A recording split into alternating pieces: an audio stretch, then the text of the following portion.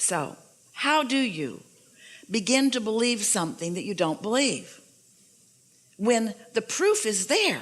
Abraham, it's true. This is the reality. This is what we've got. This is how it's going. My eyes are not deceiving me. My ears are not deceiving me. This is the truth of my reality. How do I create other than that? And we say, you're really upon something important if you're asking that question, because most people offer almost all of their vibration in response to what they are observing. Esther would say to us in the beginning, but Abraham, it's true. It's true. Shouldn't I give my attention to what's true? Isn't that what I've been taught all of my life? And we say, we understand what you're going for here, Esther. But here's the thing. A thing is only true because someone is focused upon it until it became a reality. We would use a different criteria. Not, is it true, but does it feel good to me when I think about it? Is it something that I desire? And if it is something that you desire, then give it more and more and more of your attention. But if it is not something that you desire, giving it more attention only makes it more solid in your experience. You see how it works? How do thoughts turn to things anyway? Have you ever wondered about that? Do you see any pipelines trucking in new fuel from other planets? New mines are being dropped from the sky. How is it? How is it that thoughts are turning to things? Thoughts are turning to things through focus and reception and response to that reception. That's how thoughts turn to things. That's how your economy evolves. That's how everything evolves. That's how the cells of your body evolve. Every part of evolution, which is what your eternalness is all about, is about thoughts turning to things. And so that's what we want to talk to you about. We want you to begin addressing yourself more vibrationally rather than physically, because the physical parts of you, the physical things that you are giving your attention to, those are already manifested. That's already done. That's like gum that you've chewed the flavor out of. That really is not where you want to put your attention. You want to put your attention upon where you are going.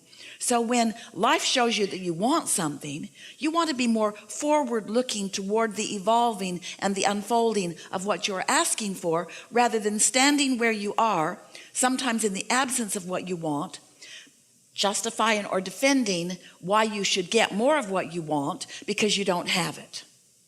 Every subject is two subjects. It's like a stick that has two ends of it. And on one end is the absence of what you want, and on the other end is the presence of what you want. So the question that we're asking you is, when you ask for more money, where's your gut? Where's your emotion? Are you standing in a feeling of desperation? Are you standing in a feeling of disappointment? Or are you standing in an attitude of appreciation and anticipation? Where's your vibration relative to the things that you're asking for? Are you more of a vibrational match to what you want, or are you more of a vibrational match to its absence? Are you more of a vibrational match to the problem or the solution, to the question or the answer? Well, we can tell you the answer. You can tell by how things are unfolding. However it's turned out so far, that's what you're a vibrational match to. It's always that way. You can tell what you're offering vibrationally by what you're living, by what you're surrounded by. So here's what we want you to hear that may be new for you. And it really is the answer to getting past beliefs that don't serve you. A belief is only a thought you continue to think. That's all. A belief is just a thought that you continue to think. Now we want to help you let yourself off the hook a little bit. You continue to think those thoughts because law of attraction really helps you to continue to think those thoughts. You can't think far past the thoughts that you're already thinking. So there's no hope for you. We've enjoyed this interaction immensely. Good luck with all of that. Think of us, we're living happily ever after. But there is a way that you can not so much bridge your belief immediately. You might be able to bridge a belief if you could surround yourself with other people who believe in the advantage that you have not yet given to yourself. So you may be able to bridge your beliefs if you had someone around you who knows answers to what you're looking for, and you don't know the answer, but they do, and they talk to you every day, and you get to watch them in their life, and eventually you could come to believe because they believe it and they're living it. You could change your beliefs a little bit. That's how most humans are bridging their beliefs, are changing their beliefs. But there's a much easier way. So we have some questions for you before we give you this important thing, the answer to all your hopes and dreams.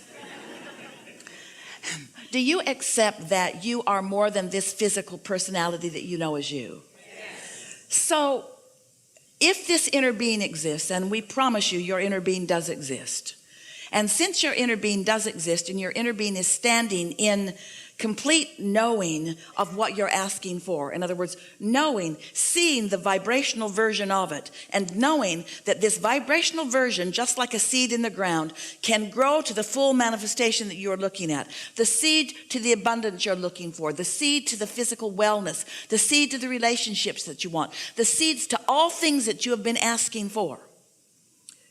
Since your inner being is there with those seeds, do you believe that your inner being is there with the beginning of what you're asking for? And do you understand that now you've got to do something about letting this vibrational version be realized by you? Your inner being doesn't have the right or the wherewithal to assert anything into your experience. You got to sync up with it. So you have to become a believer of the vibrational reality before the vibrational reality can come into your experience. We wrote a whole book about it, a couple of books about the vortex and about how everything you want is there. And so many of you followed us to a certain point, but it became annoying to you. All right, Abraham, I get it. Everything I want is in the vortex, and you want me over there at the doorway of my vortex so that I can get what's in there. But just tell me one thing, Abraham, how do I get the money out of the vortex and into the bank? Enough of this vibrational version already. I'm sort of sick of hearing about the vibrational version. I live in the real world. I want it to come out into the real world where it can be part of my manifestation. And we say, it is already a manifestation, but feel the difference between a manifestation. A manifestation is whatever you're living and feeling in any moment, and every moment is a manifestation, but feel the difference between manifestation and your realization of it.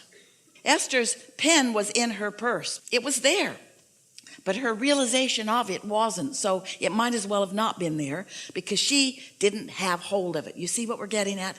And so much of what you want is just like that pin in Esther's purse. You're walking around with it all day, every day. It's just a reaching in and pulling out. That's all that's required. But because you believe it isn't there, you don't do that. So, do you believe that there is a vibrational version of what you want that has progressed in varying degrees, some of it ripe and ready for you to experience? So if the answer to that is yes, then you really are ready for what we are encouraging in a very powerful way these days. You're ready to deliberately put yourself into the receiving mode where you can receive the impulses about it. And this is different than bridging beliefs, because bridging beliefs takes time. Bridging beliefs means you have to take hold of a belief that you've got that is in defiance of something that you want and make it no longer in defiance of something that you want. Have you ever talked to anyone? You believe one thing and they believe another thing, and you're talking to each other and you both wish to convince the other. And after an hour or 2 or 3 or 4 or 5 or 6 or 10 or 20 or years of interacting with them about that, they just stand strong in what they believe and you just stand strong in what you believe, and no headway is made in convincing the other. You know about that? You've got that exact thing going on inside of you where I want this, but I want this, but you've got beliefs that keep your desires from being realized by you, and it's unnecessary. So what do you do about it? Do you want to argue with yourself for hours or weeks or months or years? Or would you like a suggestion for a much simpler route? Yes. We thought you'd say that. When you quiet your mind, you stop all thought. And when you stop all thought, all beliefs, ooh, you're really going to like this. So we're going to start in a different place because we really want you to hear this. Imagine a cork floating on the water. And let's just say that this up here on this surface is alignment with your source, pure positive energy. Now you can hold that cork under the water, and let's call that negative emotion. Let's call that beliefs that don't serve you. But when you let go of it, it's going to bob right back up there to the surface. So when you meditate and you quiet your mind, you bob back up to the surface. And when you bob back up to the surface. When your vibration rises because you're not holding it down with things that your inner being knows are not true. When hatred and fear are disengaged, and in their absence, you just move right back up into the natural love and pure positive energy that is you.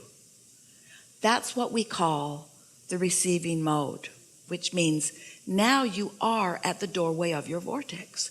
Now, in that absence of contradictory beliefs, the beliefs of your inner being are dominant. In fact, they are only. When you meditate and quiet your mind and allow your vibration to rise, now you are only the frequency of your inner being. Now think about what we've been talking about already here today. So here's your inner being and this vibration, and here's you and this vibration, and everything you feel is about the mix of that. If you are in tune with your inner being, you feel wonderful. If you're not, you feel less wonderful to varying degrees, all the way over to awful. But when you meditate and quiet that part of your vibration, and your vibration rises, now you are at the doorway of your vortex. Now you are in the receiving mode. Now what your inner being knows about everything, and what your inner being knows mostly about is you, now it is your knowledge too. And so now ideas begin to flow to you through your path of least resistance. So when you are in meditation and a thought comes to you, that thought is a thought worth listening to, because it's not from this receptive mode of fear. It's from this receptive mode of knowing who you are, what you want, what's in your vortex, what's already been allowed by you to play out. Your inner being knows where you stand in relationship to everything you want, and knows your path of least resistance to guide you to it. Isn't that nice?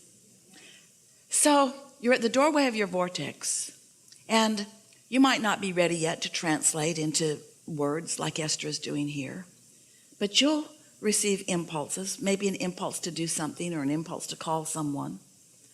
But then you're going to get back into your day. And as you get back into your day and you start observing what's going on in your day, you're probably going to reintroduce more resistance back into your experience. So the closer to meditation, the more likely you are to more clearly receive the answers that you've been listening for.